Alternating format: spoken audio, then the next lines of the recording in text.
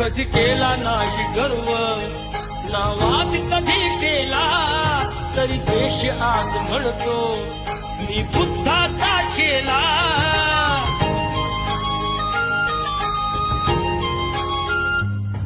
कधी केला नाही गर्व ना वाद कधी केला तरी देश आज म्हणतो मी बुद्धाचा चेला.